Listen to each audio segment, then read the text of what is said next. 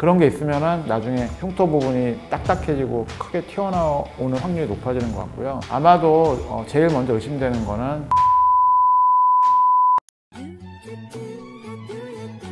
안녕하세요. 미소성형외과 조기란 원장입니다. 오늘은 코 재수술에 대한 여러분의 질문에 답변 드리겠습니다.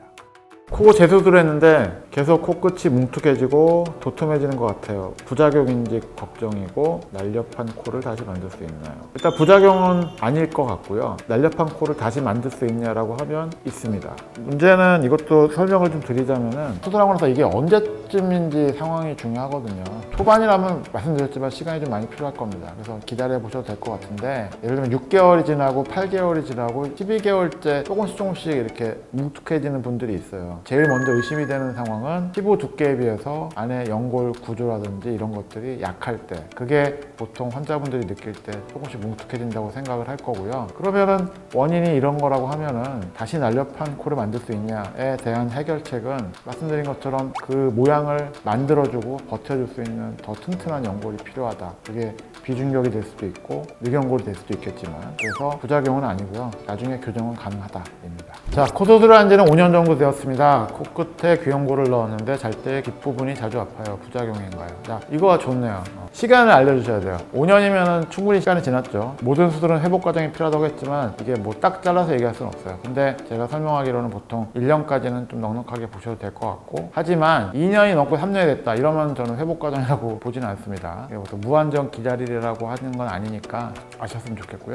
자, 요거 부작용인가? 이거는 부작용이라고 얘기하는 거는 좀 개념 맞지 않는 것 같습니다. 근데 귀연골을 채취한 부위가 아프다라고 하는 건 문제가 되긴 해요. 그래서 의사가 진찰이 필요한 건데, 제일 먼저 의심이 되는 건 아무래도 흉살 관련일 거예요. 그게 여기에서도 또 같은 얘기가 나오는데, 일단 연골 채취량이 많아지면은 확실히 빈자리가 많아지니까 흉이 많이 생길 거고, 그게 뭐 딱딱해진다든지 뭐 이럴 확률이 아무래도 높아지겠죠. 또 뭐 피부 두께라든지 체질에 따라서 다를 것이고. 근데 여기서도 차이가 있거든요. 보통 수술을 할 때 저희들이 도넛 사이트라고 해서 그 이식하는 부분을 채취하는 부분이 있고, 그 다음에 그걸 사용을 해서 이제 수술을 하잖아요. 그러니까 코 수술 같은 경우는 귀에서 연골을 떼가지고 그걸 가지고 이제 코 수술을 한단 말이에요. 그러니까 수술은 이게 메인이에요. 근데 어쨌거나 뗀 자리도 본인의 몸이니까 이제 관리가 필요하죠. 근데 보통 귀 수술하고 나서 이제 오래 아프다고 하는 분들이 있어요. 5년 이런 거 말고요. 뭐 몇 달 됐는데, 6개월 됐는데, 아니면 처음 또 일주일, 이거 막 밤에 코가 아니라 귀가 아파서 못 잤어요, 이런 분들이 있거든요. 이런 경우에 제일 많은 원인은 그 수술 부위에 마찬가지로 피가 좀 깨끗하게 마르지가 않고 좀 벙벙하게 살짝 차 있다든지 이런 경우가 많이 있습니다. 그래서 그런 게 있으면은 나중에 흉터 부분이 딱딱해지고 크게 튀어나오는 확률이 높아지는 것 같고요. 아마도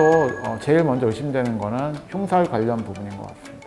코 수술하면 코가 계속 땡기나요? 언제까지 머리를 고개 숙여서 감지 말아야 할까요? 이거는 뭐 의사마다 좀 설명이 다르긴 할 건데요. 저는 평균적으로 초반에 코가 당기는 건 당연하죠. 왜? 코를 당겨놨잖아요. 보통은 코를 어느 방향이건 모양을 바꿔야 되기 때문에, 특히 그 끝부분이죠. 그래서 보통 당기는 건 이 끝부분이에요. 그래서 초반에 당기는 느낌이 들어야 됩니다. 저는 환자분들한테 설명하기로는 이게 너무 빨리 말랑말랑해지면은 모양이 별로 안 예쁠 확률이 높아요. 그래서 좀 당기는 거를 차라리 좀 즐기시라고 해요. 이게 무한정 당기는 사람은 없어요. 0.0000 뭐 이럴 수는 있겠지만, 그냥 보통 제가 평균적으로 얘기하기는 한 3개월 되면은 이제 잘 느껴지지 않아요. 보통 많이 느끼고요. 여하간에 몇 달 후면은 분명히 없어집니다. 그리고 머리 감을 때 고개를 숙이지 말라고 하는 거는, 이거는 그 수술 끝나고 저희들이 케어하는 방법 설명하거나에 포함이 되는 거거든요. 간단히 얘기하면은 수술한 부위를 심장보다 높게 해놓는 겁니다. 그래서 제가 좀 걱정이 되는 환자들은 첫날, 이튿날은 좀 앉아서 주무시라고 하거든요. 소파에서 TV 늦게까지 보시고. 그 이유가 반드시 눕게 되면은 심장 높이랑 이게 비슷해지기 때문에 이게 배출이 잘 안 돼요. 그래서 붓기가 확 부어버리고 이럴 수 있기 때문에 고개를 숙여서 하지 말라고 하는 것도 사실 그거랑 이제 일맥상통하는 부분이라서 그냥 상식적으로 알고 계세요. 이거는 꼭 성형 수술이 아니라, 팔 수술하면은 팔 이렇게 묶어 놓잖아요. 병원에 가면은. 다리 수술하면은 다리 이렇게 올려 놓잖아요.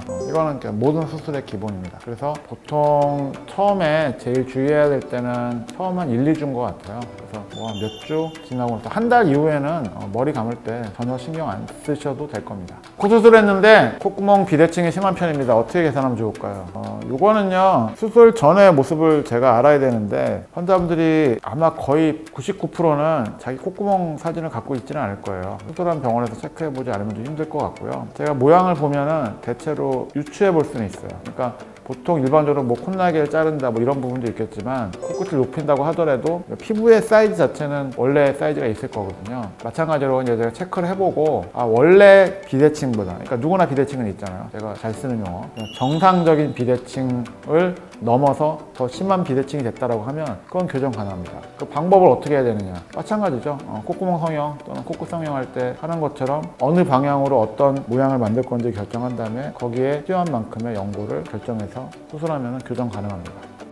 성형수술은 정말 신중하게 하시고요. 돈 문제가 아니라 몸에 어딘가 빼다가 지불을 해줘야 되는 거니까 성형수술이라는 거를 너무 쉽게 생각하지 않으셨으면 좋겠습니다. 지금까지 미소성형외과 조기란 원장이었습니다. 감사합니다.